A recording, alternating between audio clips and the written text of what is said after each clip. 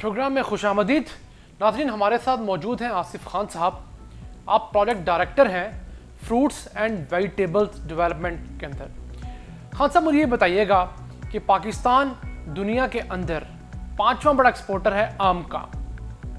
पाकिस्तान का आम दुनिया में अपनी मिसाल आप है, लेकिन हम आम के एक्सपोर्ट में पीछे क्यों हैं? जी, ये बहुत अच्छी चीज़ सवाल किया जी आपने। पाकिस्तान का जो आम है जी, ये ज़्यादातर जो हमारे गल्फ़ स्टेट हैं वहाँ पर जाता है, मशरक़ वुस्ता की रियासतें जो है, रियासतों में जाता है, ठीक है, सऊदी अरब में, ओमान में जी, और इसका थोड़ा बहुत जो है ये हमारा यूरोप जो है, इंग्लैंड में जाता है। ठीक है। दुनिया में एक्सपोर्ट के ऊपर हर मुल्क ने अपने अपने क़वानीन बनाए हुए हैं। ठीक। हमारी एक्सपोर्ट कुछ कम इसलिए है कि हम उस क्वालिटी का या उस रिक्वायरमेंट के मुताबिक हमारा आम पैदा नहीं होता। अच्छा, वो किस तरह? उसमें ये है कि दुनिया में बहुत ज़्यादा एक प्रॉब्लम है, फ्रूट फ्लाई एक कीड़ा है जो एक जो मक्खी होती है जी, ये 1500 से लेकर 1600 तक एक टाइम में अंडे देती है। ठीक, बिल्कुल ऐसा ही है। तो ये जो फ्रूट फ्लाई है दुनिया इससे एलिमिनेशन चाहती है। अगर किसी मुल्क में किसी भी फल में एक भी अंडा चला गया और वो वहाँ पे जाके हैच हो गया, उसमें से मक्खी बन गई, तो वो काफ़ी है उस मुल्क को उस फ्रूट में तबाह करने के लिए। यानी कि वो एक मक्खी से पूरे पूरे मुल्क डर रहे हैं। डर रहे, इसलिए हमारे यहाँ क्योंकि उस फ्रूट फ्लाई का अटैक बहुत ज़्यादा है, लेकिन अब लोगों में अवेयरनेस हो गई है। अच्छा। अब लोगों ने उसको कंट्रोल करना शुरू कर दिया। उन लोगों को पता चल गया कि हमारी जो आम है वो दूसरे मुल्क नहीं ले रहे सिर्फ इस वजह से कि फ्रूट फ्लाई की वजह से। ठीक है। अच्छा, एक तो ये बड़ी वजह है। ठीक है। उसके बाद इसके ऊपर जो हमारी पेस्टिसाइड हम इस्तेमाल करते हैं उसका जो रेजिडुअल इफेक्ट है कि वो कितनी देर तक असरअंदाज रहती हैं, उसके असरात जो है, उसके असरात जो रहते हैं, एक वो भी वजह है। तीसरी वजह जो है वो हमारा तरीका ही पैदावार है। अच्छा। दुनिया में अब जो है वो गुड एग्रीकल्चर प्रैक्टिसेस सर्टिफिकेशन की तरफ, गैप सर्टिफिकेशन कहते हैं। ये तो शहबाज शरीफ ने भी शुरू किया कुछ पिछले दिनों। जी, वो एक प्रोग्राम है, उसको कहते हैं supply chain improvement for selected agriculture and livestock products. ठीक है। तो ये जो सर्टिफिकेशन है दुनिया कहती है कि अभी हम तब आपका आम या और बाकी चीज़ें इंपोर्ट करेंगे, अपने मुल्क में जाने के लिए जाएंगे अगर ये गैप के ज़रिए पैदा हुई हैं। अच्छा। और वो गुड एग्रीकल्चर प्रैक्टिसेस को सर्टिफाई करने के लिए इंटरनेशनल अदारे हैं। अच्छा। उनके 4-5 इंटरनेशनल कंपनियां पाकिस्तान में भी हैं, लेकिन इनका जो बेस है वो स्पेन है, इनका बेस जर्मनी है। उनके नुमाइंदे यहाँ पर हैं, वो पूरा उसको फार्म के ऊपर जितने ऑपरेशन किए जाते हैं उसको देखते हैं, रिकॉर्ड देखते हैं।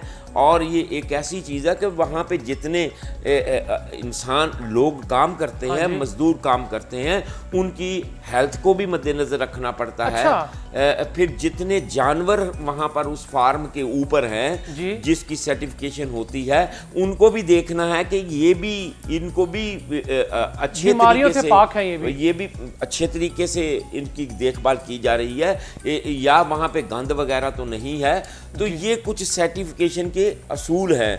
और इसको कब पानी दिया जा रहा है, कब खाद दी जा रही है, और आपका एक एक एक्शन जो है वो डॉक्यूमेंटेड होगा, नोट होता है बकायदा, ठीक है।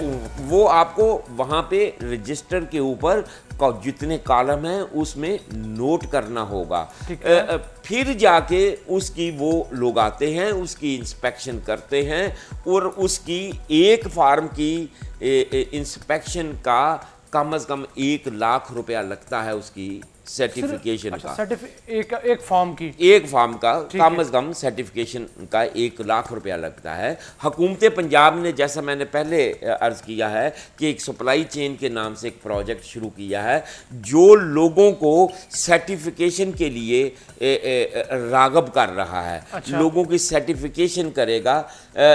उसमें एक प्रोसेस ये रखा गया है कि एक जो हमारा सप्लायर होगा या ट्रेडर होगा, उसको उसके साथ कम से कम 3 फार्म होने चाहिए। अच्छा। और एक फार्म का जो रकबा है वो कम से कम 200 एकड़ होना चाहिए। यानी कि टोटल एक सप्लायर के पास 600 एकड़ का रकबा फार्म की सूरत में होना चाहिए। 600 एकड़ जो है वो रकबा उस पाकिस्तान में पॉसिबल है, आपके समझते हैं ये चीज़?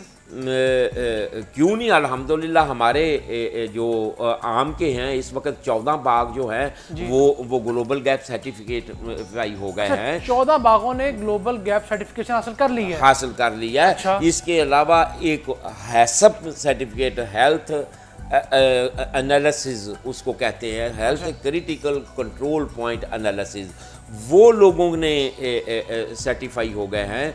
इसके अलावा सैनिटरी और फाइटो सैनिटरी सर्टिफिकेशन होती है, वो लोगों ने ले ली है। और ये जो सप्लाई चेन का प्रोजेक्ट आया है, इसी की वजह से हमारे जर्मनी में जनवरी के माह में नुमाइश लगी थी वहाँ पर। तो अल्हम्दुलिल्लाह वहाँ पर हमारी 15-16 प्रोडक्ट जो थी वो वहाँ पर डिस्प्ले हुई थी। बिल्कुल। और उसमें सबसे जो बड़ी चीज़ है कि उसके ऊपर लिखा गया था कि ट्रेसेबल पाकिस्तान।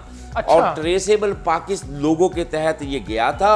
और उस प्रोडक्ट के ऊपर ये जो बारें लगी होती है ना, जो जिससे स्कैन करके उसकी हम कीमत पढ़ते हैं, तो उसके ऊपर उसी तरह बार उनके पैकिंग के ऊपर बनी हुई थी, तो जो उसके जाहिर करती थी कि ये किस शहर में पैदा किया हुआ है, ये किसके फार्म के ऊपर किया गया है, किन हालात में पैदा किया है, कौन कौन सी इनपुट्स यहाँ पर इस्तेमाल की गई हैं और कब की गई हैं, कि वहाँ पे उसको ट्रेस कर सकते हैं जर्मनी में बैठकर या अमेरिका में बैठकर। पाकिस्तान में पैदा होने वाले आम को, फ्रूट को, वेजिटेबल को ट्रेस कर सकते हैं, ट्रेस कर सकते हैं कि ये किस किस मराहल से गुजरा है, कैसी ट्रांसपोर्टेशन के जरिए ये गुजरा है। तो ये सर्टिफिकेशन का दौर है, जो अल्हम्दुलिल्लाह अब शुरू हो गया है सिलसिला। इनिशिएटिव गवर्नमेंट ने ले लिया है कि हमने लोगों को इस तरफ रागब करना है। तो हुकूमत पंजाब जो है वो मुफ्त में सर्टिफिकेशन दे रही है या कुछ सब्सिडी दे रही है जो फार्मर सर्टिफाइड होना चाहते हैं?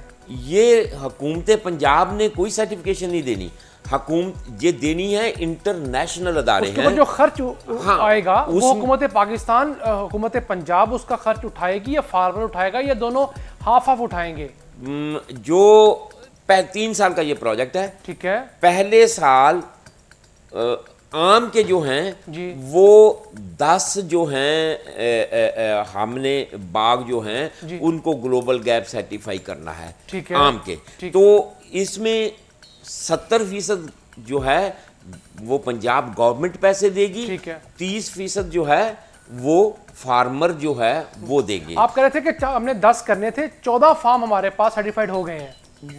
वो इससे पहले हुए हैं। अच्छा, वो लोगों ने अपने तौर पर करवाए हुए आपके तहत करवाए हुए हैं। अब जो ये सप्लाई चेन का प्रोजेक्ट है, ये इसका मकसद ये है कि हमने अपनी 20 प्रोडक्ट्स जो हैं उसमें लाइव स्टॉक की प्रोडक्ट भी शामिल है, हमारा बासमती चावल भी शामिल है, उसमें सब्जियां भी शामिल हैं, उसमें गोश्त भी शामिल है, गोश्त भी शामिल है, किन्नू, हमारा आम और अमरूद, 3 फल शामिल हैं।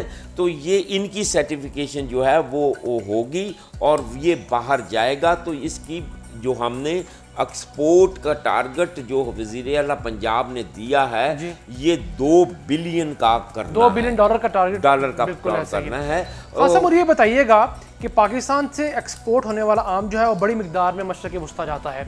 मशरक़ वस्ता के अंदर प्राइस उस लिहाज से नहीं मिलती जो यूरोप में अवेलेबल हमें प्राइस है। पाकिस्तान के पास, पाकिस्तान के एक्सपोर्टर्स के पास और कौन सी अच्छी बेहतर मार्केट्स ऐसी हो सकती हैं जहाँ पर पाकिस्तान का आम बेहतर तरीके से अच्छे प्राइस के ऊपर एक्सपोर्ट हो सकता है? देखिए जी, हमें मार्केट डेवलप करनी है। अच्छा, हमने अपनी प्रोडक्ट को ऐसा बनाना है कि लोग उसको ख़रीदने लग पड़े। ठीक है। तो इसके लिए कुछ मुख्तलिफ इक़्तिदामात करने पड़ेंगे। तो ये सबसे पहले जो सर्टिफिकेशन का रजीम शुरू हो गया है, एक तो ये हो गया। फिर वहाँ पर जब हमारा आम यूरोप की मार्केट में, हाई एंड मार्केट में जाएगा, उसको जहाँ पे उसका रियल मानों में कीमत मिलती है वो डॉलरों में बिकेगा। यहाँ पे रुपए में बिकता है तो वहाँ पे डॉलरों में बिकेगा। तो वो हमारी ऑटोमेटिकली जब लोग उसको खाने शुरू कर देंगे तो हमारी एक्सपोर्ट जो है वो बढ़ जाएगी, उससे हमें इनकम जो है ज़्यादा होगी। इसमें अमेरिका भी है, यूरोप की मार्केट भी हमारे पास है। जर्मनी में हमने ये तजर्बा 2 साल पहले किया था। हमने 8 टन जो है वो मैंगो भेजा था। अच्छा। उसको पूरा प्रोसेस करके उसको लिटिड करवा के उसको तोड़ा गया। ये 29 दिन में जर्मनी पहुंचा था। ठीक है। और उसका रिस्पांस क्या आया उसके बाद? वो रिस्पांस उसका अल्हम्दुलिल्लाह बहुत अच्छा आया। लोगों ने जिन लोगों ने वहाँ पर ख़रीद कर खाया, उन्होंने उसकी बहुत डिमांड पैदा हो गई। जर्मनी में एक मार्केट क्रिएट की गई। जर्मनी में अब जो मेला लगा था, जी। जो एग्जीबिशन जनवरी में लगी थी, तो उसमें 40-50 मुल्कों ने शमूलियत की है। तो लामहाला वहाँ का जो इन्वेस्टर है उन्होंने, या ट्रेडर है, तो उन्होंने इंटरेस्ट शो किया है पाकिस्तान की प्रोडक्ट में, बशर्ते कि ये पूरी की पूरी सर्टिफिकेशन के जरिए हो जाए। चाइना जो दुनिया का सबसे बड़ा मुल्क है आबादी के लिहाज से, चाइना के अंदर भी तो एक बहुत बड़ी मार्केट है। अगर हम इसको किसी तरीके से एक्सप्लॉइट कर सके, बिल्कुल हमारा बॉर्डर का मुल्क है, हमें इसके लिए सी की ज़रूरत नहीं होगी, सिर्फ हमें सर्टिफिकेशन की ज़रूरत होगी। हम इस बाई रोड भी तो भेज सकते हैं वहाँ पर। ये जो सर्टिफिकेशन का हमने सिलसिला शुरू किया है, ये सबक हमने चाइना से सीखा है। अच्छा। ये चाइना के प्रोग्राम को पंजाब में रेप्लिकेट किया जा रहा है। तो आम चाइना में बहुत ज़्यादा आम की डिमांड है। बिल्कुल। अल्हम्दुलिल्लाह अब चाइना बेस्ड कंपनी है, उसका नाम है स्टार फार्म। स्टार फार्म जी है। तो वो स्टार फार्म जो है उसने अपना ऑफिस भी यहाँ पर एस्टेब्लिश कर लिया और काम शुरू कर दिया है। ठीक है।